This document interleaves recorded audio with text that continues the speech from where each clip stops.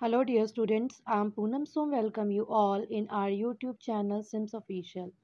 Today, in this video, we will start the new chapter of the history, chapter number 9, the making of regional cultures. Let's start it. Hello, dear students. Welcome you all in this video. Today, we will continue the same chapter, the making of regional cultures. Earlier, we have read about the Rajput kings. ठीक है। तो हमने ये पढ़ा था कि Prithviraj was the example of that warrior कि जिन्होंने भले ही लड़ाई मतलब उन्होंने भले ही अपनी जान दे दी मगर उन्होंने कोई समझौता नहीं किया और ना ही उन्होंने कभी भी मतलब पीठ नहीं दिखाई शत्रुओं को अपनी, ठीक है। यानी कि वो कभी भी युद्ध छोड़कर नहीं भागे या अपनी कौशल का प्रदर्शन करने से पीछे हटे हों। तो स्टोरीज अबाउट राजपूत हीरोज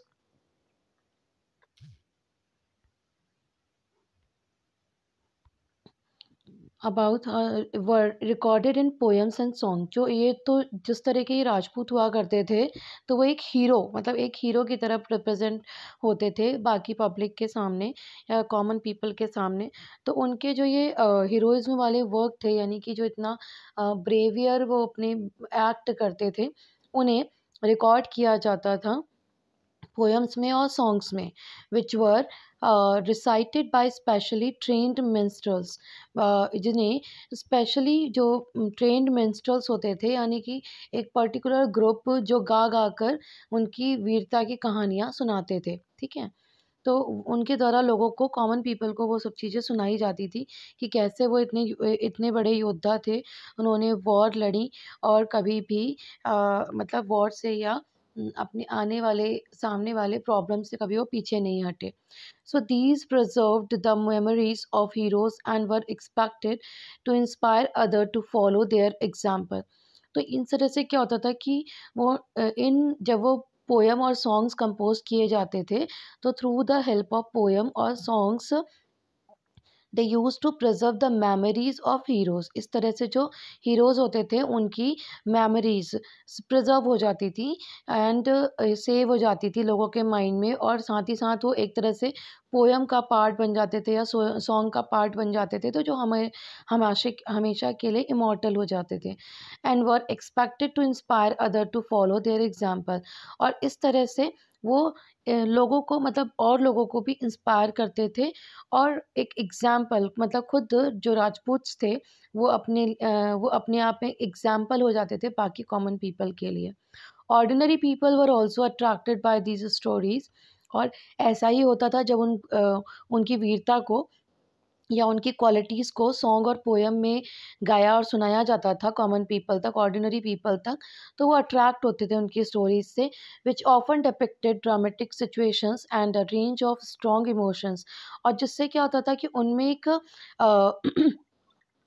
उनमें एक रिस्पेक्ट हो जाती थी इन राजपूत किंग के लिए। और अक्सर क्या होता था कि जो ड्रामेटिक सिचुएशंस होती थी उनमें दे ऑल्सो मतलब वो अपने जो इमोशंस होते थे उन्हें और ज़्यादा स्ट्रॉन्ग कर लेते थे। लॉयल्टी सीखते थे, फ्रेंडशिप सीखते थे, लव, वेलर, एंगर एक्सेट्रा, ठीक है। मतलब उनकी कहानियों से प्रेरित होकर या इंस्पायर होकर ऑर्डिनरी पीपल भी उनकी तरह बनने की कोशिश करते थे, ठीक है। Did women find a place with in these stories. क्या इन स्टोरीज में जो हम राजपूत किंग के बारे में स्टोरीज पढ़ रहे हैं इन पोएम के थ्रू क्या इनमें वुमेन का भी कुछ रोल था या उन्हें भी जगह मिलती थी इन स्टोरीज़ में। Sometimes they figure as the cause for conflicts. हाँ, इनकी जगह होती थी मगर कई बार क्या होता था कि उन्हें एक ऐसे फिगर के रूप में प्रस्तुत किया जाता था कि she was the cause of the conflicts. यानी कि जो मतभेद लोगों में हो जाते थे मतलब दे यूज टू फाइट। जो राजपूत थे अगर वो दूसरों से फाइट करते थे तो कई बार वो उनका कारण वुमेन ही होती थी। As man fought with one another to either win or protect women. तो उसका रीज़न कई बार ये होता था कि भई जो वुमेन हैं या तो वो उन्हें प्रोटेक्ट करने के लिए दूसरे से लड़ रहे हैं या उन्हें या दूसरे राज्य के मतलब कहीं और किसी और वुमेन को वो जीतना चाहते हैं। तो इसलिए उनकी ज़्यादातर जो वॉर हुआ करती थी। सो इस तरह से वो वुमेन कॉज भी होती थी या कारण भी होती थी। women are also depicted as following their heroic husband in both life and death।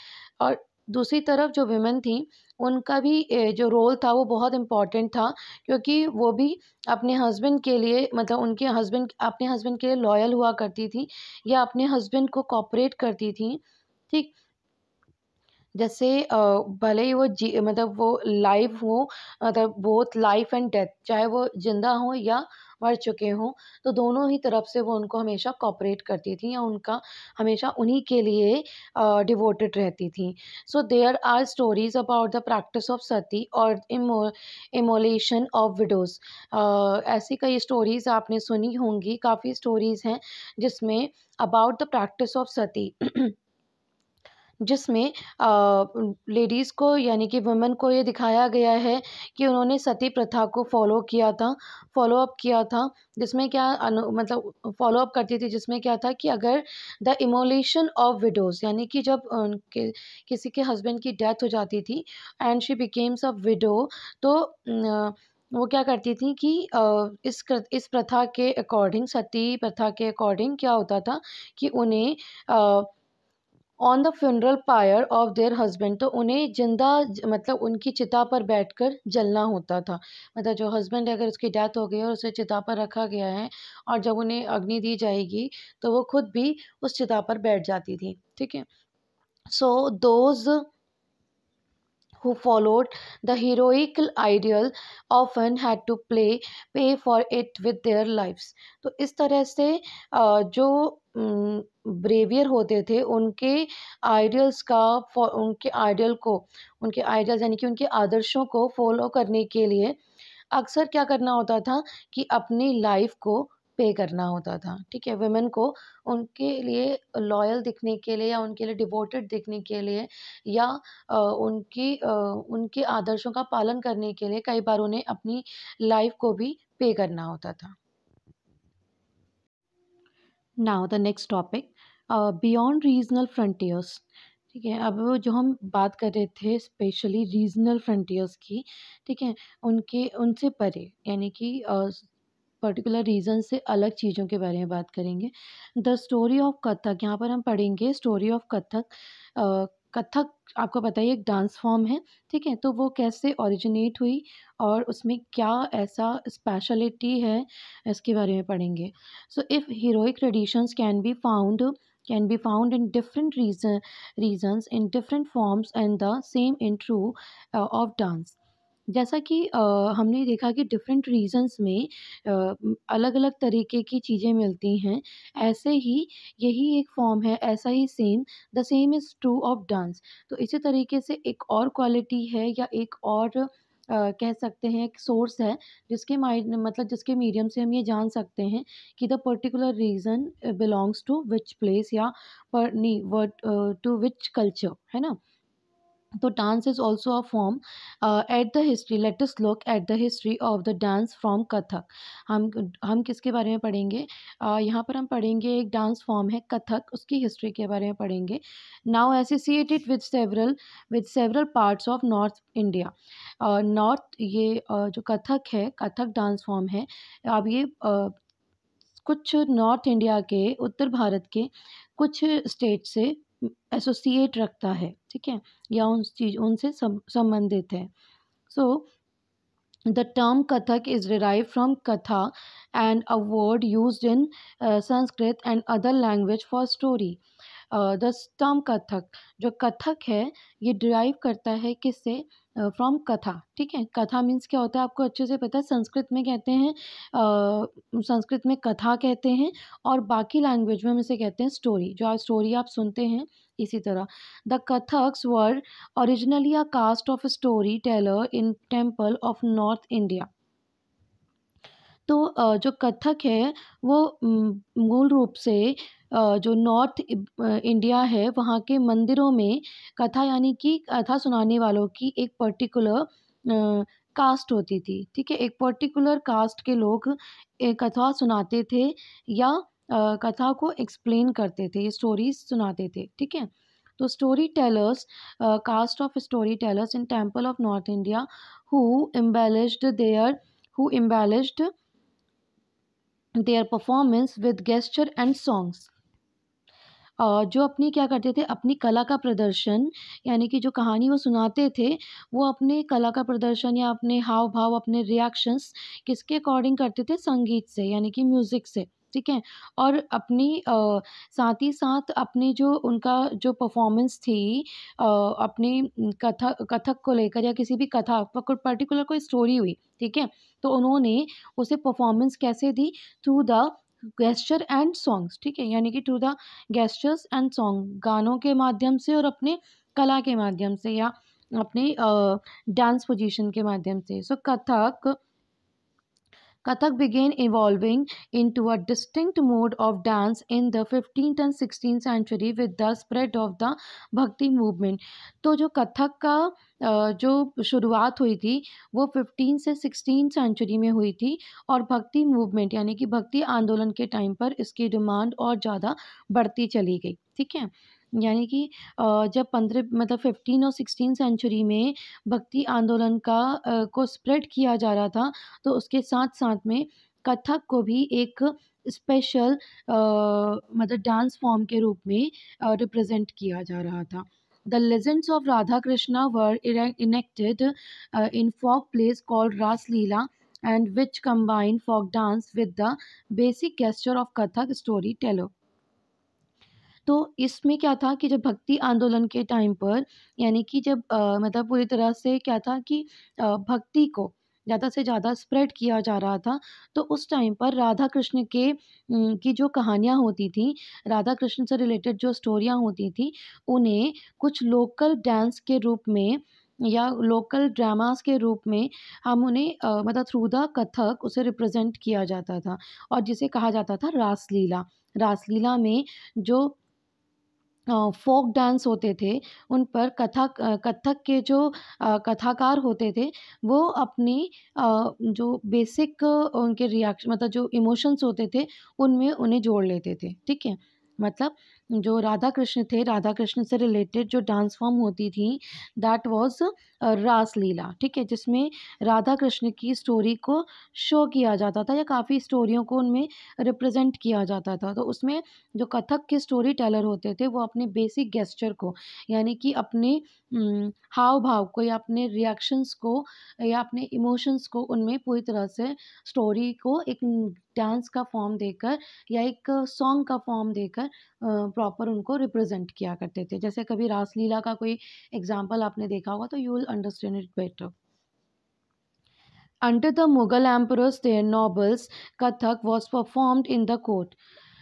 जो मुग़ल एम्परर थे उनके टाइम में जो किंग हुआ करते थे, यानी कि जो नोबल्स थे, किंग, जो मुग़ल एम्परर के अकॉर्डिंग वर्क करते थे या मुग़ल्स को एसोसिएट करते थे, तो Kathak was performed in the court. तो उनके द्वारा कुछ कथक की डांस फॉर्म उनके एम्परर के कोर्ट में प्रस्तुत की जाती थी, where it required its present features and developed into a form of dance with a distinctive style.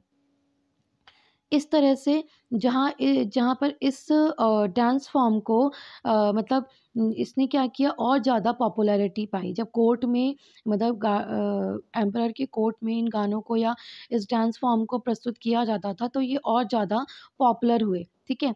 और इस तरह से धीरे-धीरे ये डिस्टिंक्टिव स्टाइल, यानी कि एक डिफरेंट, यानी कि स्पेशल स्टाइल या कह सकते हैं कि एक बेस्ट वे में अपने आप को प्रेज़ेंट करने लगा, यानी कि बहुत ज़्यादा फ़ेमस या पॉपुलर होने लगा ये dance form. Subsequently it developed into traditions or gharanas, one in the courts of Rajasthan, Jaipur, and the other in Lucknow under the uh, patronage of Wazid Ali Shah, the last Nawab of Awadh, to grew into a major art form। ठीक, राज आगे चलकर subsequently परिणाम स्वरूप या आगे चलकर it develop, ये दो तरह की परंपराओं में बँट गया।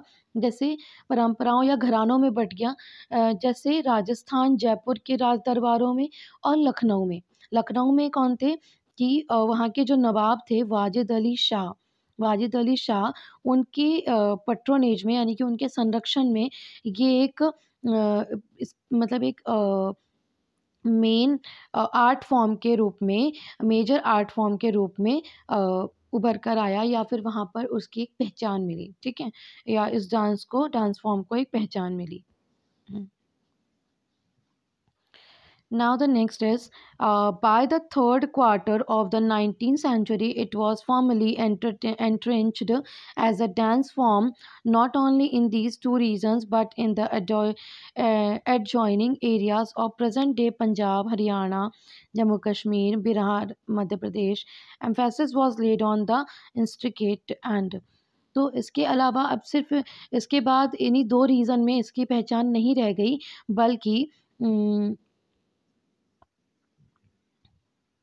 19th century में it was formally entrenched as a dance form not only in these two regions. 19th century तक आते आते हमने कहाँ पढ़ा था, यहाँ पर अभी पढ़ा था ना कि 15 और 16 सेंचुरी है ना, तो उसके बाद 19th सेंचुरी तक आते आते इसकी पॉपुलैरिटी इतनी बढ़ गई थी कि वो सिर्फ दो रीजन में ना रहकर बल्कि इंडिया के बाकी पार्ट्स में भी स्प्रेड हो गया था, जैसे कि पंजाब, हरियाणा, जम्मू एंड कश्मीर एंड बिहार, मध्य प्रदेश, ठीक है, एक्सेट्रा।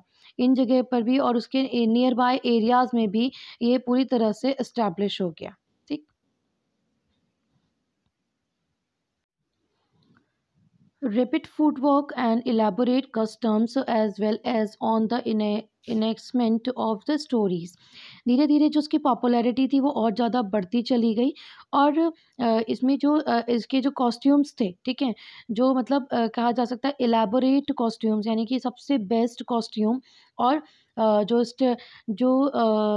स्टोरीज़ का इनएक्टमेंट यानी कि उनका प्रस्तुतिकरण या उनका रिप्रेजेंटेशन सबसे बेस्ट होने लगा, ठीक है, और उन पर बहुत ज़्यादा तेज़ी से इन पर काम किया जाने लगा, यानी कि उनकी परफॉर्मेंस को और ज़्यादा इम्प्रूव किया गया। Kathak like several other culture practices was viewed on with disfavor by the most British administration in the 19th century and 20th century, and however it survived and continued to be performed by the courtesans and was recognized as one of six classical form of dance in the country after independence. अब Kathak like the other culture practices, ठीक है, कथक और भी जैसे cultural activities या cultural practices होती थी, ठीक है, बाकी अदर कल्चरल एक्टिविटीज़ की तरह कथक को भी 19 और 20th सेंचुरी में ब्रिटिशर्स के द्वारा 19 और 20th सेंचुरी में ब्रिटिशर्स के द्वारा अधिकांश ब्रिटिशर्स के द्वारा उनको नापसंद किया गया, ठीक है, यानी कि जो ब्रिटिशर्स थे उनको फेवर नहीं मिला, ठीक है, फेवर नहीं मिला किसका, कथक को आगे पॉपुलर होने के लिए। सो द फिर भी यह प्रॉपर फिर भी उसकी उनकी इग्नोरेंस के बावजूद भी जो कथक था, however it survived and continued. उनकी नापसंद, उनकी डिसफेवर होने के बावजूद भी जो इनका सर्वाइव यानी कि कथक जो था वो आगे तक चलता रहा, कंटिन्यू रहा, बंद नहीं हुआ था पूरी तरह से, एंड परफॉर्म्ड बाय द कॉर्टिसंस, ठीक है, जो भी क्या होता था कि इन्हें गणिकाओं यानी कि जो कॉर्टिसंस होते थे और उनकी तरफ से एक पहचान बन के रह गया, ठीक है, मतलब वो लोग अभी भी इस डांस फॉर्म को और ज़्यादा आगे बढ़ा रहे थे या उसको एक अपनी पहचान दिलवा रहे थे। तो बाद में इसे जब हमारा फ्रीडम मिला हमें, ठीक है, आफ्टर द इंडिपेंडेंस के बाद ये डांस फॉर्म हमारा एक क्लासिकल डांस फॉर्म के रूप में विकसित हो गया, या फिर हमारे इसे एक क्लासिकल डांस फॉर्म के रूप में अपनी पहचान मिली, और हमारे भारत में यानी कि हमारे देश का हमारे 6 क्लासिकल डांस फॉर्म हैं उसमें इस डांस फॉर्म को प्रॉपर एक जगह मिली।